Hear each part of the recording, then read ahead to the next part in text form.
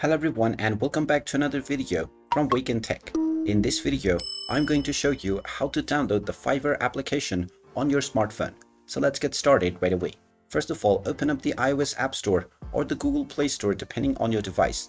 Once you open up the application, tap on the search box at the top section and then type in Fiverr and start your search.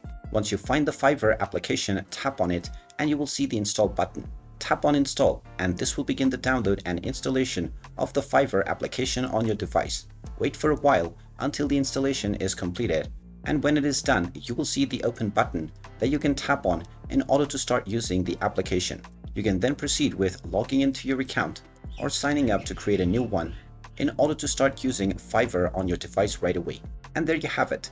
That is how easy it is to download and install the Fiverr application on your smartphone. If you find this video helpful, make sure you hit that like button and subscribe to our channel if you haven't done so already. Also ring that notification bell to never miss another update from us. Thank you for watching and I will see you again in the next video.